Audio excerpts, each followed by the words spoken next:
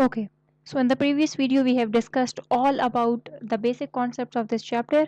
Now we are moving towards the main topic, that is film factors. So one by one हम देखेंगे कौन कौन से factors हैं. हमने बात की थी ना कि रेडियोलॉजिस्ट को 3 चीज़ों के बारे में इल्म होना ज़रूरी है: film factors, geometric factors and subject factors. अब वन बाय वन हम इन फैक्टर्स को डिस्कस करेंगे. तो first we will discuss film factors. Film factors basically हमारे पास क्या होते हैं? Unexposed x ray film. अनएक्सपोज मतलब वो एक्सरे फिल्म जो कि एक्सपोज नहीं हुई है, अभी हमने उसके ऊपर एक्सरेज फॉल नहीं करवाए हैं. ठीक हो गया. अगर आपने एक अनएक्सपोज एक्सरे को प्रोसेस किया है, अब प्रोसेसिंग क्या होती है? इसको आप मैनुअल भी कर सकते हो, ऑटोमेटिक भी प्रोसेसिंग कर सकते हो. प्रोसेसिंग बेसिकली ये होती है कि आपने फिल्म के ऊपर जो लेटेंट इमेज बनी है उसको विजिबल इमेज में कन्वर्ट करना है, तो हम फिल्म की प्रोसेसिंग करवाते हैं. ठीक हो गया. अब वो फिल्म जो कि अनएक्सपोज्ड है, अनएक्सपोज मतलब उसको अभी हमने एक्सरे से एक्सपोज नहीं किया है, तो वो आपके पास क्या होगी? वो हमारे पास ट्रांसपेरेंट होगी. ठीक हो गया. जिस तरह आपके पास विंडो ग्लास होती है, वो बिल्कुल ग्लास की तरह ट्रांसपेरेंट होगी. इससे सारी की सारी लाइट इजीली ट्रांसमिट हो जाएगी, लेकिन इसके ऊपर किसी किस्म की कोई इमेज नहीं होगी. ऑन दी अदर हैंड अगर हम एक्सपोज्ड फिल्म को देखें, तो एक्सपोज्ड फिल्म को हम क्या करते हैं? हम इसके ऊपर फॉल करवाते हैं एक्सरेज को. ठीक है. अब जब हम लोग फिल्म के ऊपर एक्सरेज को फॉल करवाते हैं, तो हमने स्क्रीन फिल्म रेडियोग्राफी के अंदर देखा था कि फिल्म के अंदर हमारे पास एक एक्टिव लेयर होती है, दैट इज एमल्शन. ठीक हो गया. और एमल्शन हमारे पास किससे मिलकर बनी हुई होती है? सिल्वर हैलाइड क्रिस्टल से मिलकर बनी हुई होती है. जब हम एक्सरेज को फॉल करवाते हैं तो ये आपके पास फिल्म की इमल्शन तक जाते हैं, और इमल्शन किससे बनी हुई है? सिल्वर हैलाइड क्रिस्टल से.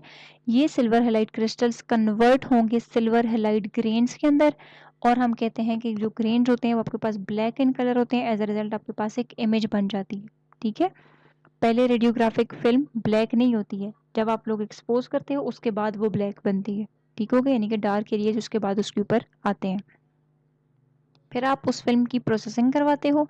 अभी जब वो ब्लैक हुई तब तक आपको इमेज नज़र नहीं आएगी उसके ऊपर, वो लेटेंट इमेज होगी. अब उसकी आप लोग प्रोसेसिंग करवाओगे, प्रोसेसिंग के बाद आपको वो इमेज नज़र आएगी. अब आपको ये बातें समझ नहीं आ रही होंगी, फिल्म प्रोसेसिंग क्या है, किस तरह से आपके पास एक्सपोज्ड एक्सरेज क्या है. तो इसके ऊपर मैंने डिटेल से वीडियो बनाई हुई है कि लेटेंट इमेज फॉर्मेशन कैसे होती है, फिर लेटेंट इमेज को आप लोग विजिबल इमेज में किस तरह से कन्वर्ट कर सकते हो. तो जब आप लोग स्क्रीन फिल्म रेडियोग्राफी का चैप्टर कर लोगे तो आपके लिए ये ईजी हो जाएगा. ठीक हो गया. थोड़ा बहुत मैंने इंट्रोडक्शन यहाँ पर दे देती हूँ कि हम लोग क्या करते हैं कि जब आप लोग फिल्म को एक्सपोज करते हो, तो फिल्म की जो एक्टिव लेयर होती है दैट इज इमल्शन लेयर, वो बनी हुई होती है आपके पास सिल्वर हैलाइड क्रिस्टल से. जब एक्सरेज आके सिल्वर हैलाइड क्रिस्टल तक आती हैं, तो वो आपके पास सिल्वर हैलाइड क्रिस्टल किस में कन्वर्ट हो जाता है? वो सिल्वर हैलाइड क्रिस्टल कन्वर्ट हो जाता है सिल्वर हैलाइड ग्रेन्स के अंदर, या हम कहते हैं मेटालिक सिल्वर के अंदर. And metallic silver is black in colour. ठीक हो गया. तो जितने ज़्यादा आप लोग क्रिस्टल्स को एक्सपोज करवाते जाओगे, उतने ज़्यादा ग्रेन्स बनेंगे, उतना ज़्यादा मेटालिक सिल्वर बनेगा, और उतना ज़्यादा फिल्म आपको ब्लैक नजर आएगी. यानी कि इमेज आपके उस फिल्म के ऊपर इमेज आपके पास बनती जाएगी. ठीक हो गया. फिल्म क्या होती जाएगी? ओपैक होती जाएगी, यानी कि डार्क होती जाएगी. ठीक हो गया. Properly exposed film appears with various shades of grey. यानी कि अगर आप लोगों ने एक फिल्म को प्रॉपरली एक्सपोज किया है तो उसके अंदर आपके पास ग्रे के शेड्स भी आएंगे. अगर आप लोगों ने फिल्म को बहुत ज़्यादा एक्सपोज कर दिया है तो वो आपको कैसी नज़र आएगी? ब्लैक नज़र आएगी. ठीक हो गया. क्योंकि उसके अंदर जब जाहिर सी बात है ज़्यादा एक्सपोज किया है, तो इसका मतलब है कि सारे के सारे जो क्रिस्टल्स हैं वो कन्वर्ट हो गए हैं मेटालिक सिल्वर के अंदर, तो वो आपको ब्लैक नज़र आएगा. ठीक हो गया. The study of the relationship between the intensity of exposure of the film and the blackness after processing is called sensitometry. Sensitometry हमारे पास क्या होता है कि आप देखते हो फिल्म की इमल्शन किस तरह से, जो आप लोग एक्सपोजर दे रहे हो यानी कि एक्सरेज को फॉल करवा रहे हो, तो फिल्म किस तरह से उसको रिस्पॉन्ड करती है, that is sensitometry. It is the study of how film emulsion respond to radiographic exposure. आप एक्सरेज फॉल करवा रहे हो तो फिल्म किस तरह से उन एक्सरेज को रिस्पॉन्ड करती है, दैट इज सेंसिटोमेट्री. ठीक हो गया. Knowledge of the sensitometric aspects of radiographic film is essential for maintaining adequate quality control. तो अब अगर आप लोग एक अच्छी क्वालिटी की इमेज चाहते हो तो आपको सेंसिटोमेट्री के बारे में पता होना भी ज़रूरी है. ठीक हो गया. The most important topic is characteristic curve. ठीक है. ये आपके पास क्या है? ये आपके पास एक कर्व होता है जो कि प्लॉट किया गया है. अब हमारे पास कैरेक्टरिस्टिक कर्व क्या है, किन किन चीज़ों के बारे में रिलेशनशिप बता रहा है, किसने हिस्ट्री किसने दिया ये. ठीक है. तो ये सारी चीज़ें अब हम देखते हैं. कैरेक्टरिस्टिक कर्व क्या है? The two principal measurements involve in sensitometry are the, अब सेंसिटोमेट्री से आप लोग दो मेन चीजें फाइंड करते हो, क्या क्या? हमने फिल्म के ऊपर कितनी एक्सरेज को एक्सपोज करवाया, यानी कि कितना डोज हमने फिल्म को दिया, और दूसरी हम क्या चीज देखते हैं कि उस फिल्म में से कितनी लाइट ट्रांसमिट हुई। दो इंपॉर्टेंट चीजें, कितनी आप लोगों ने एक्सरेज दी और फिर उस फिल्म में से कितनी लाइट निकली है। Such measurements are use to describe the relationship. अब इन मेजरमेंट्स को बेसिकली हम क्यों देखते हैं, ये आपको रिलेशनशिप बताती हैं, किसमें? ऑप्टिकल डेंसिटी में और रेडिएशन एक्सपोजर में। यानी कि आपने एक्सपोज किया फिल्म को तो कितनी डेंसिटी की आपको इमेज मिली। This is characteristic curve. इसको हम क्या कहते हैं? कैरेक्टरिस्टिक कर्व, या फिर इसको समटाइम्स हम HND कर्व भी कहते हैं, क्योंकि इसके डिस्कवरर कौन थे? हर्टर एंड ड्रिफफील्ड। इन्होंने इसको डिस्कवर किया था, इसलिए उनके नाम से HND कर्व भी इनको कहा जाता है। ठीक है, atypical characteristic curve is shown in 10.4, इसको भी हम देखते हैं। ठीक हो गया, पहले 10.4 इमेज को देख लेते हैं।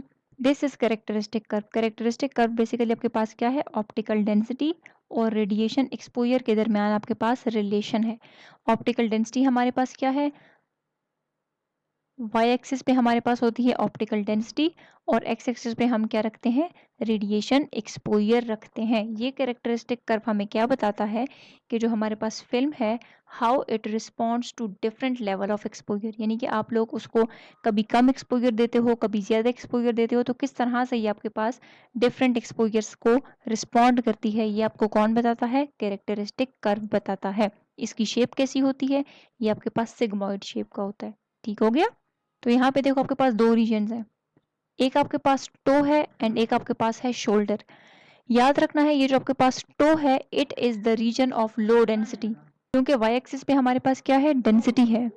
सो डेंसिटी हमारे पास क्या है? यहाँ पर कम डेंसिटी है, so it is toe region. अगर हम बात करें शोल्डर रीजन की, so it is a region of high density. सो एक तरफ आपके पास लो डेंसिटी है, एक तरफ आपके पास हाई डेंसिटी है, एंड थर्ड रीजन जो है, it is the region between toe and shoulder. और आपके पास ये स्ट्रेट लाइन आपको नजर आ रही होगी, इसको हम क्या कहते हैं? It is straight line portion. And याद रखना है, डायग्नोस्टिकली आपको स्ट्रेट लाइन पोर्शन में ही डायग्नोस करना पड़ता है। ठीक हो गया, इट इज वेरी इंपॉर्टेंट। ना हमें बहुत कम ऑप्टिकल डेंसिटी चाहिए, ना हमें बहुत ज़्यादा ऑप्टिकल डेंसिटी चाहिए, हमें ऑप्टिकल डेंसिटी चाहिए इस पोर्शन के अंदर, जो कि डायग्नोस्टिकली इंपॉर्टेंट है। ठीक हो गया, यहाँ पर भी यही कह रहा है कि जो आपके पास टो रीजन है और शोल्डर रीजन है, सो टो में हमारे पास क्या होता है? लो रेडिएशन डोज होता है, यानी कि लो ऑप्टिकल डेंसिटी है, और शोल्डर रीजन के अंदर हमारे पास क्या है? शोल्डर रीजन एक हाई डेंसिटी का रीजन है। अब हमने बात की ना कि एक आपके पास टो रीजन है, एक आपके पास शोल्डर रीजन है। Toe is the region of low optical density and shoulder is the region of high optical density. So अगर आप लोग टो रीजन है या फिर शोल्डर रीजन है, सो इन रीजन्स में, यानी कि अगर आप लोग टो रीजन के अंदर है, टो रीजन से मुराद लो ऑप्टिकल डेंसिटी का रीजन, सो इस रीजन के अंदर अगर आप लोग रहकर एक्सपोजर चेंज कर रहे हो, सो इसके एक्सपोजर चेंज करने से ऑप्टिकल डेंसिटी में थोड़ा सा चेंज आएगा। शोल्डर रीजन के अंदर भी सेम ही है, यानी कि ये हाई डेंसिटी का एरिया है, अगर आप लोगों ने इसमें एक्सपोजर चेंज किया तो ऑप्टिकल डेंसिटी में इतना फर्क नहीं पड़ेगा। दरमियान में जो पोर्शन था उसको हमने क्या कहा था? It is straight line portion. ठीक है, और हमने ये भी कहा था कि डायग्नोस्टिकली ये बहुत इंपॉर्टेंट रीजन है। ठीक हो गया, इसी रीजन के अंदर रहकर हमें एक्सपोजर लेवल्स चेंज करने पड़ते हैं। सो इस रीजन के अंदर हम क्या करते हैं कि अगर हमने थोड़ा बहुत भी एक्सपोजर चेंज किया, एक्सपोजर का लेवल थोड़ा बहुत भी चेंज किया, तो आपके पास जो ऑप्टिकल डेंसिटी है इसके अंदर हमें लार्जर चेंजेस देखने को मिलेंगे। ठीक हो गया, सो ये बात याद रखनी है। पेंगुइन क्या कहता है कि जो बेस्ट इमेज कंट्रास्ट रिजल्ट होता है वो कहाँ पे आपके पास आता है? स्ट्रेट लाइन पोर्शन के अंदर आता है, कैरेक्टरिस्टिक कर्व के। ठीक हो गया, अब बेसिकली हम इस कैरेक्टरिस्टिक कर्व को बनाते किस तरह से हैं? How to obtain characteristic curve. So दो तरह के आपको एपरेटस चाहिए होते हैं, एक आपको चाहिए सेंसिटोमीटर और दूसरा आपको चाहिए densitometer. What is sensitometer? It is an instrument to measure sensitivity, और डेंसिटोमीटर क्या है? ये डेंसिटी मेजर करेगा। ठीक हो गया, डेंसिटी से मुराद ऑप्टिकल डेंसिटी मेजर करेगा। अब बेसिकली होता क्या है, अब डेंसिटोमीटर की जगह आप लोग एल्यूमिनियम स्टेप वेज भी यूज कर सकते हो या फिर पेनिट्रोमीटर भी यूज कर सकते हो। ठीक है, पहले हम इस डायग्राम से पहले मैं आपको इस डायग्राम से बताती हूँ। देन आपके लिए ईजी हो जाएगा टेक्स्ट से करना। अगर हम देखें सो ये आपके पास क्या है, फिल्म है, और फिल्म के ऊपर हमने रखा है एक एल्यूमिनियम स्टेप वेज। स्टेप किसे कहते हैं, सीढ़ियाँ जिस तरह होती हैं, डिफरेंट स्टेप्स होते हैं, ठीक है। अब अगर हम इस एल्यूमिनियम स्टेप वेज को देखें तो इसकी थिकनेस वेरी करिए, यहाँ से ये थिन है और यहाँ पे ये क्या है, थिक है, ऐसा ही है। अब जब आप लोग इसके ऊपर एक्सरेज को फॉल करवा रहे हो तो ये जो थिन रीजन है, अब खुद अपनी अकल इस्तेमाल करो, जो थिन रीजन है यहाँ से एक्सरेज ज़्यादा इमिट होंगी, या जो थिक रीजन है यहाँ से एक्सरेज ज़्यादा ट्रांसमिट होंगी। सो जाहिर सी बात है ये थिन एरिया है, यहाँ से एक्सरेज ज़्यादा इधर आएंगी, फिल्म को एक्सपोज करेंगी, जबकि ये थिक एरिया है, थिक एरिया सो एब्जॉर्ब कर लेते हैं। सो ये कम एक्सरेज जो है यहाँ से नीचे आएंगी, यानी कि यहाँ से एक्सरेज जो आएंगी उनकी इंटेंसिटी कम होगी, जबकि यहाँ से जो एक्सरेज इमिट होंगी या ट्रांसमिट होंगी उनकी इंटेंसिटी ज़्यादा होगी। जब ये एक्सरेज ज़्यादा फिल्म के ऊपर आके एक्सपोज करेंगे फिल्म को, तो हमने बात की थी जब फिल्म एक्सपोज होती है तो कौन से कलर की होती है, ब्लैक कलर की होती है। जब कम एक्सपोज होगी तो वो थोड़ी लाइट कलर की होगी। सो यहाँ पर आपके पास जब फिल्म की आपने सेकंड नंबर पे क्या करवाई है, प्रोसेसिंग करवाई है।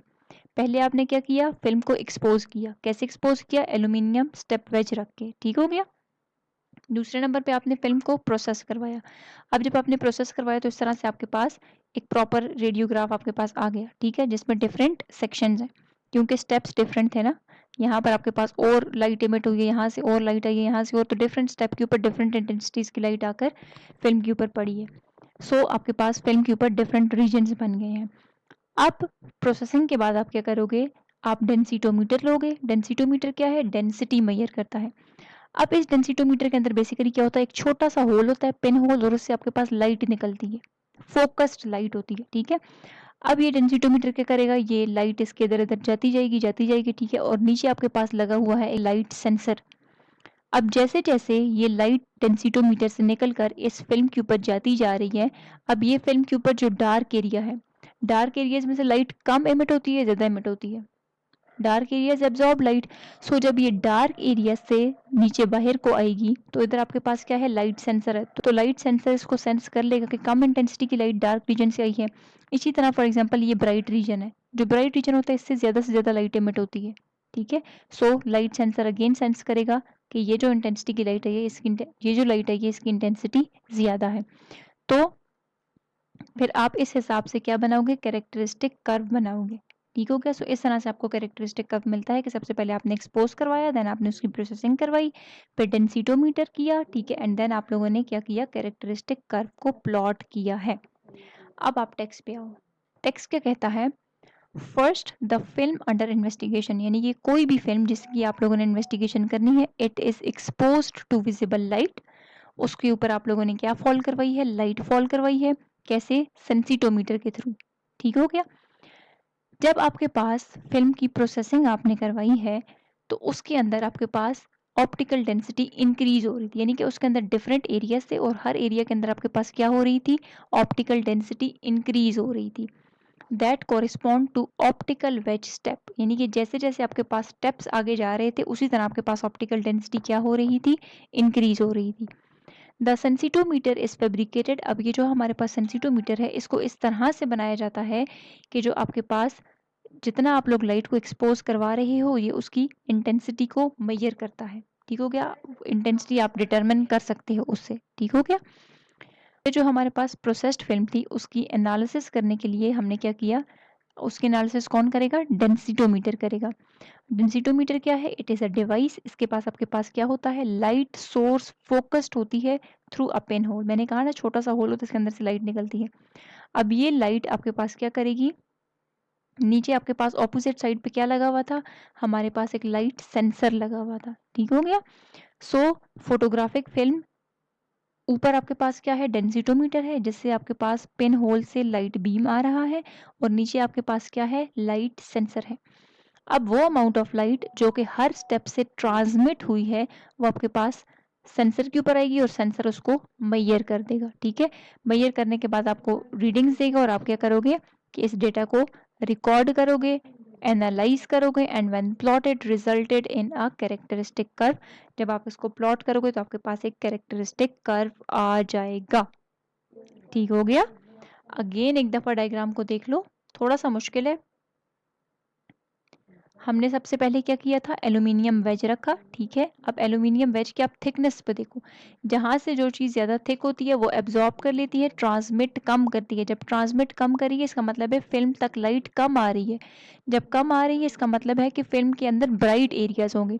सो देखो यहाँ पर थिक थी तो ब्राइट एरिया, यहाँ पर आपके पास थिन थी तो ज़्यादा से ज़्यादा लाइट आपके पास इधर आई, तो आपके पास ये जो लास्ट वाला एरिया ये क्या है, ब्लैक कलर का है, ठीक हो गया। डेंसिटोमीटर से आपके पास क्या निकली, लाइट निकली। अब यहाँ से डिफरेंट पोर्शन से ये लाइट गुजरेगी, ठीक है। तो जो एरिया डार्क होगा इंटेंसिटी आगे आपके पास लाइट सेंसर के पास कम जाएगी, ठीक हो गया।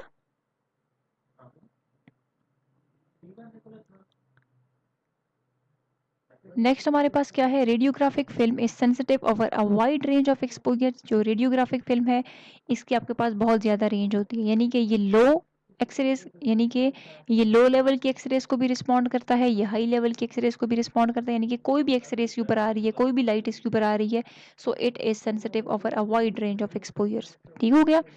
स्क्रीन फिल्म जो है, for example, responds to radiation intensities from less than 0.01 to greater than 10 milligray, यानी कि 1 to 1000 milliroentgen. Consequently, the exposure values of a characteristic curve are presented in logarithmic fashion. अब इसका मतलब क्या है कि जो आपके पास हम कह रहे हैं ना कि radiographic film it is sensitive over a wide range of exposures. So अगर आपके पास ये देखो हमने 0.01 का एक्सपोजर दिया है तो इट इज़ वेरी स्मॉल, ठीक है। सो स्मॉल से लेकर अगर आप स्मॉल से स्मॉल एक्सपोजर दो या फिर आप लोग 10 मिलीग्रे तक का एक्सपोजर दो तो ये हर तरह के एक्सपोजर को रिस्पॉन्ड करती है, ठीक हो गया। Furthermore, it is not the absolute exposure that is of interest, but rather the change in optical density over each exposure interval. Therefore, log relative exposure is used as a scale along the x-axis. अब जो आपके पास x axis होता है वहां पर हम लोग सिर्फ एक्सपोजर नहीं लेते बल्कि हम इन टर्म ऑफ लॉग लेते हैं। क्यों? क्योंकि हमने ऊपर बात की ना कि ये जो आपके पास फिल्म है it is sensitive to a wider range of exposures, तो हमें वाइडर रेंज ऑफ वैल्यूज भी तो चाहिए, ठीक है। तो आपके पास जो लॉग रिलेटेड एक्सपोजर होता है ये आपके पास हमें वाइड रेंज देता है वैल्यूज़ की, क्योंकि देखो जैसे जैसे हम एक्सपोजर चेंज कर रहे हैं हमारे पास ऑप्टिकल डेंसिटी में भी चेंजेस आ रही हैं, ठीक है। तो हमारे पास क्या है, हमें फिर एक वाइड रेंज ऑफ वैल्यूज़ भी चाहिए, तो वो वाइड रेंज ऑफ वैल्यूज़ हमें कौन देता है, लॉग रिलेटिव एक्सपोजर देता है। इसीलिए हम लोग यहाँ पर सिर्फ एक्सपोजर यूज़ नहीं करते बल्कि in terms of log use करेंगे, ठीक हो गया। फिगर को हम देखते हैं, figure 10.7 shows the exposure in milligray, the log relative exposure and the relative MAS for a representative film screen combination. The LRE scale usually is presented in increments in 0.3 because of log of 2 doubling the exposure is 0.3 doubling the exposure can be achieved. अच्छा, ये basically यहाँ पे क्या कहते हैं, मैं आपको इसको डायग्राम से समझाती हूँ। यहाँ पर हमारे पास क्या है, दिस इज ऑप्टिकल डेंसिटी, ठीक है, और यहाँ पर हमारे पास क्या है, एक्सपोजर। अब यहाँ पर सिर्फ एक्सपोजर है और यहाँ पर हमने लॉग की टर्म में एक्सपोजर लिया है, ठीक है। अब यहाँ पर देखो तो ये स्टार्ट कहाँ से हो रहा है, जीरो से डायरेक्ट गया है किस पर, 0.3 पर, यानी कि जो आपके पास लॉग रिलेटिव एक्सपोजर है ये स्टार्ट कहाँ से हुआ है, 0.3 से। अब या पहले डोज आपके पास कितना था, 1 पे ये कितना था, 0, फिर जब ये 2 पर गया तो 2 पर ये कितना हो गया, 0.3 हुआ। यानी कि जब आप लोगों ने ये रिलेटिव एमएएस यानी कि एक्सपोजर है ना, जब एक्सपोजर आपने 1 से 2 किया यानी कि डबल किया तो ये आपके पास कितना हुआ है, 0.3 हुआ है। जब 2 से डबल करोगे 4 तो 0.6 का डबल, 0.3 का डबल कितना होगा, 0.6। इसी तरह 4 का डबल करोगे 8 तो 0.6 में 0.3 ऐड करो तो 0.9, फिर 0.3 में 0.9 में 3 ऐड करो तो 1.5, यानी कि 0.3 फैक्टर इंक्रीज होता जा रहा है यहाँ पे, ठीक हो गया। तो यहाँ पर यही बताया हुआ है कि हमारे पास जो LRE है इंक्रीमेंट कितना आ रहा है, 0.3 का, क्योंकि आप लोग लॉग को डबल करते जा रहे हो, ठीक है। पहले 1 था फिर उसका डबल 2, 2 का डबल 4, 4 का डबल 8, यानी कि आप लोग उसको डबल करते जा रहे हो। तो आपके पास इंक्रीमेंट कितना आ रहा है, 0.3 का इंक्रीमेंट आ रहा है, ठीक हो गया। सो यहाँ पे पेंगुइन में भी क्या कह रहा है कि an increase in log relative exposure of 0.3 results from doubling the radiation exposure, यानी कि जब आप लोग रेडिएशन एक्सपोजर को डबल करते हो तो हमारे पास जो LRE है वो कितना बढ़ रहा है, 0.3 के हिसाब से बढ़ता जा रहा है। ठीक है, next we have is optical density. Now what is meant by optical density? Optical density is blackening, यानी कि आपके पास एक रेडियोग्राफ है वो किस हद तक ब्लैक है, कितना ब्लैक है, वो आपके पास है ऑप्टिकल डेंसिटी। ठीक हो गया। अगर आपके पास क्लियर एरिया है रेडियोग्राफ का तो उसके आपके पास लो ऑप्टिकल डेंसिटी होती है, और जो ब्लैक एरिया है उसकी हाई ऑप्टिकल डेंसिटी होती है। But it is not enough to say that radiograph is only the degree of blackening. ठीक है, मोस्टली हम ऐसा कहते हैं कि जो आपके पास क्लियर एरियाज होते हैं उनकी आपके पास ऑप्टिकल डेंसिटी कम होती है, जो ब्लैक एरियाज होते हैं उनकी ऑप्टिकल डेंसिटी ज़्यादा होती है। बट सिर्फ और सिर्फ ये कह देना काफ़ी नहीं है ऑप्टिकल डेंसिटी के बारे में। ठीक है, ऑप्टिकल डेंसिटी की एक प्रिसाइज न्यूमेरिक वैल्यू होती है और आप इसको कैलकुलेट कर सकते हो। किस तरह से कैलकुलेट कर सकते हो? यहाँ पर आपको फॉर्मूला दिया हुआ है कि optical density is equal to log of 10 IO divided by IT। Now what is meant by IO and IT? ओ मतलब कि आप लोग कितनी लाइट उस फिल्म के ऊपर एक्सपोज कर रहे हो, एंड IT मतलब उससे कितनी इंटेंसिटी की लाइट एमिट हो रही है, ट्रांसमिट हो रही है। ठीक हो गया। So light incident on a processed film and light transmitted. अब देखो फॉर एग्जांपल 100 लाइट उसके ऊपर एक्सपोज करवाई है और 100 में से सिर्फ और सिर्फ 1% बाहर गई है और बाकी की 99% एब्जॉर्ब हो गई है, तो इसका मतलब है कि इसकी ऑप्टिकल डेंसिटी ज़्यादा है, यानी कि 99% उसने एब्जॉर्ब कर ली। तो जितनी ज़्यादा एब्जॉर्ब करेगी उतनी ज़्यादा ऑप्टिकल डेंसिटी होगी। अब क्या कहता है कि optical density is a logarithmic function. Remember this point. इसका मतलब क्या है? देखो ऑप्टिकल डेंसिटी हमारे पास क्या होती है, how dark a film is. ठीक है, कि एक फिल्म लाइट को कितना ब्लॉक कर रही है उसको हम कहते हैं कि ये इसकी क्या है, ऑप्टिकल डेंसिटी। और ऊपर हमने फॉर्मूला देखा था कि ऑप्टिकल डेंसिटी का फॉर्मूला क्या होता है, optical density is equal to log of 10 I0 upon IT। I0 क्या है, amount of light on the film, आप फिल्म के ऊपर कितनी लाइट दे रहे हो और आपके पास उस फिल्म से कितनी लाइट ट्रांसमिट हो रही है, वो यानी कि कितनी लाइट निकल रही है उस फिल्म से, वो हमारे पास क्या है। इसका जब हम लोग log 10 लेते हैं तो ये हमारे पास ऑप्टिकल डेंसिटी आ जाती है। Now what is meant by this logarithmic? It means that कि अगर आप लोग ऑप्टिकल डेंसिटी के अंदर थोड़ा बहुत भी चेंज करोगे तो जो लाइट ट्रांसमिशन है उसके अंदर ज़्यादा सारा चेंज आएगा। ठीक है, मतलब क्या है कि अगर फॉर एग्जांपल ऑप्टिकल डेंसिटी आपके पास ज़ीरो है, ऑप्टिकल डेंसिटी ज़ीरो है, इसका मतलब है कि 100% लाइट जो है वो फिल्म से बाहर निकल गई। ट्रांसमिशन कितनी हुई है, 100%। ठीक है, अगर फॉर एग्जांपल ऑप्टिकल डेंसिटी आपके पास 1 है तो आपके पास कितनी परसेंट लाइट फिल्म से निकली है? याद रखना है 100 को 10 टाइम्स कम करो तो आपके पास 100 डिवाइडेड बाय 10% लाइट आपके पास ट्रांसमिट हुई है। इसी तरह अगर मैं बोलूं कि ऑप्टिकल डेंसिटी हमारे पास 2 है तो 10 को डिवाइड कर दो 10 पे तो आपके पास क्या होगा, सिर्फ और सिर्फ 1% लाइट एमिट होगी। अगर फॉर एग्जांपल मैं बोलूँ ऑप्टिकल डेंसिटी 3 है तो 1 को डिवाइड कर दो 10 पर तो हमारे पास क्या आ जाएगा, 0.1% जो है वो आपके पास लाइट ट्रांसमिट हुई है। अगर मैं बोलूँ कि ऑप्टिकल डेंसिटी है 4 तो 0.1 को डिवाइड करो 10 पर तो ये आपके पास कितना आ जाएगा, 0.01%। यानी कि आप लोग जैसे जैसे 1 यूनिट ऑप्टिकल डेंसिटी को बढ़ा रहे हो तो ट्रांसमिशन में कितना फर्क पड़ रहा है, 10 टाइम्स ट्रांसमिशन जो है वो कम होती जा रही है। ठीक हो गया। तो कहने का मकसद ये है, अब क्या कहते हैं, इन शॉर्ट अगर मैं बताऊं ना तो ऑप्टिकल डेंसिटी हमारे पास क्या है, लॉगरिथमिक है। इसका मतलब क्या है कि each unit increase in optical density means 10 times less light passes through the film. All right. Logarithms allow a wide range of values to be expressed by small numbers. Again हम लोग log क्यों लेते हैं, because ये आपको wide range of values देता है। Radiographic film contains optical densities. अब रेडियोग्राफिक की ऑप्टिकल डेंसिटीज कहाँ से कहाँ तक होती हैं, याद रखना है 0 से 4 तक होती हैं। MCQs आ सकते हैं कहाँ से कहाँ तक होती हैं। ठीक है, सो मैंने आपको बता दिया अगर ऑप्टिकल डेंसिटी 0 होगी तो सारी की सारी लाइट उससे बाहर निकल रही है। अगर 1 है तो 10%, 2 है तो 1%, 3 है मैंने कि उसको 10 टाइम्स कम करते जाओ। ठीक हो गया। तो यहाँ पे यही कहा गया है कि ऑप्टिकल डेंसिटी बेसिकली क्या होती है, ये आपको या तो क्लियर नजर आएगी या तो ब्लैक। अगर ऑप्टिकल डेंसिटी 0 है सो इट मीन्स कि आपके पास रेडियोग्राफिक फिल्म बिल्कुल क्लियर नजर आएगी। अगर 4 है तो आपके पास प्योर ब्लैक नजर आएगी। ठीक है, सो ऑप्टिकल डेंसिटी अगर 4 है सो इसका मतलब क्या है कि 10,000 में से सिर्फ और सिर्फ एक लाइट फोटोन जो है वो पेनिट्रेट हुआ है, बाकी सारे के सारे एब्जॉर्ब हो गए हैं। तो जब एब्जॉर्ब हो गए हैं सो वो आपको ज्यादा ब्लैक नजर आएगी वो फिल्म। ठीक हो गया। High quality glass has an optical density of 0। अब एक अगर फॉर एग्जांपल हमारे पास हाई क्वालिटी ग्लास है तो उसकी ऑप्टिकल डेंसिटी हमारे पास कितनी होती है, 0 होती है। उसके अंदर से सारी की सारी लाइट आपके पास पास कर जाती है, ट्रांसमिट कर जाती है। अगर हमारे पास एक अनएक्सपोज्ड रेडियोग्राफिक फिल्म है, पहले आपको बताया अनएक्सपोज्ड है मतलब अभी आप लोगों ने एक्सरेज फॉल नहीं करवाए हैं। अब याद रखना है, अगर आपके पास एक अनएक्सपोज्ड है तो उसमें से कभी भी 100% लाइट ट्रांसमिट नहीं होगी।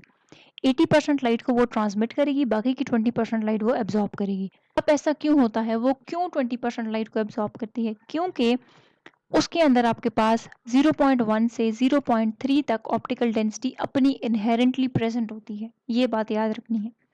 जिस तरह हमने जब स्क्रीन फिल्म रेडियोग्राफी में देखा था कि इस फिल्म के अंदर फोग नेचुरली प्रेजेंट होती है, यानी कि जब आप लोग को फिल्म बना रहे होते हैं तो उसके अंदर फोग पहले से प्रेजेंट होती है ड्यूरिंग मैन्युफैक्चरिंग। इसी तरह से आपके पास जो फिल्म है उसके अंदर ऑप्टिकल डेंसिटी भी प्रेजेंट होती है 0.1 से 0.3 तक, ऑलरेडी इसके अंदर प्रेजेंट होती है। ठीक है, इसी प्रेजेंस की वजह से वो 80 से 50% को वो इमिट कर देता है, बाकी सारी की सारी यानी कि जो 20% है उसको एब्जॉर्ब कर लेता है, यानी कि कुछ हद तक फिल्म आपको ब्लैक नजर आती है शुरू से ही। ठीक हो गया। अब ये डेंसिटी बेसिकली क्यों नजर आती है, दो बातों की वजह से। एक आपके पास है बेस डेंसिटी और दूसरी आपके पास है fog density. Now what is meant by base density and what is meant by fog density? Base density क्या है? It is a small amount of darkness that is always present in the film. ये हमेशा film के अंदर present होगी थोड़ी बहुत darkness. ठीक हो गया। Even if film is never expose to x-rays, आपने फिल्म को एक्सरेज के साथ एक्सपोज नहीं करवाया लेकिन फिर भी उसके अंदर आपके पास क्या प्रेजेंट है, small amount of darkness present है। ठीक है, तो अब आप लोग सोच रहे होंगे कि ये डार्कनेस कहाँ से आई है, जबकि आपने तो उसको एक्सपोज ही नहीं करवाया। ठीक हो गया। तो बेसिकली ये हमारे पास आती है कहाँ से, ये आपके पास फिल्म के अंदर इनहेरेंट होती है। ये जब आप लोग फिल्म को बना रहे होते हो, फिल्म की जब बेस बन रही होती है और बेस में हम लोगों ने बात की थी ना कि हम लोग ब्लू कलर का टेंट ऐड करते हैं, हम लोग नहीं करते बल्कि मैन्युफैक्चरर करता है। ठीक है, ताकि रेडियोग्राफर की आईज को ये अफेक्ट ना करे तो उसके अंदर एक ब्लू कलर का टेंट डाला जाता है ताकि वो इजीली रेडियोग्राफ को देख सकें। तो उस टेंट की वजह से भी, और आपके पास जब बेस बन रही होती है तो उसके जब मैन्युफैक्चरिंग हो रही होती है तब भी आपके पास कुछ ना कुछ हद तक क्या होता है, डेंसिटी वहां पर आ जाती है। ठीक हो गया। और ये कितनी होती है, 0.1 होती है। इसी तरह फोक डेंसिटी भी होती है, ये भी आपके पास इनहेरेंटली होती है। कुछ हद तक आपके पास रेडियोग्राफिक फिल्म जो डार्क नजर आ रही है वो फोक डेंसिटी की वजह से भी आती है। फोक डेंसिटी बेसिकली किसकी वजह से होती है, सिल्वर ग्रेन्स की डेवलपमेंट की वजह से होती है। डेवलपमेंट किसे कहते हैं, डेवलपमेंट कहते हैं कि आप प्रॉपर डेवलपमेंट करवाते हो, यानी कि डेवलपर सोल्यूशन के अंदर डालते हो। वो डेवलपर सोल्यूशन बेसिकली क्या होता है, उसके अंदर आपके पास रिड्यूसिंग एजेंट यूज होते हैं। वो रिड्यूसिंग एजेंट क्या करते हैं, ये जो सिल्वर हैलाइड क्रिस्टल्स हैं इनको अपने इलेक्ट्रॉन्स देते हैं। एज अ रिजल्ट ये सिल्वर हैलाइड क्रिस्टल्स कन्वर्ट हो जाते हैं मेटालिक सिल्वर के अंदर, और मेटालिक सिल्वर हमें ब्लैक नजर आता है। ठीक हो गया। सो बाजू का ऐसा होता है कि जो सिल्वर ग्रेन्स हैं ये आपके पास अनइंटेंशनली इनकी डेवलपमेंट हो जाती है। ठीक हो गया। फोक डेंसिटी आपके पास कहाँ से आती है, फोक डेंसिटी फॉर एग्जांपल आपने फिल्म को स्टोर सही से नहीं किया, फिल्म के ऊपर लाइट आपके पास कहीं ना कहीं से पड़ रही है, या फिर आपके पास किसी किस्म के केमिकल कॉन्टेमिनेशन उसके ऊपर रह गया है, या आप लोग प्रोसेसिंग उसकी ठीक से नहीं कर रहे हो, तो उस दौरान आपके पास ये ऑप्टिकल डेंसिटी आती है, यानी कि सिल्वर ग्रेन्स बनते हैं और थोड़ी बहुत आपके पास फिल्म डार्क हो जाती है। ठीक हो गया। और ये फॉग डेंसिटी आपके पास 0.1 से एक्सीड नहीं करनी चाहिए। अगर आपके पास फोग डेंसिटी ज़्यादा होगी सो ऑब्वियस सी बात है, फोग है तो इमेज का कंट्रास्ट कम होगा। तो अभी तक हमने क्या चीज़ डिस्कस की है कि आपके पास जो रेडियोग्राफिक फिल्म होती है वो थोड़ी बहुत डार्क आपको नज़र आती है। वो किस वजह से नज़र आती है, इवन कि अभी आपने उसको एक्सपोज नहीं किया है एक्सरे से, स्टिल वो आपको डार्क नज़र आती है कुछ हद तक। तो वो आपको किस वजह से डार्क नज़र आती है, बेस डेंसिटी की वजह से और फोक डेंसिटी की वजह से।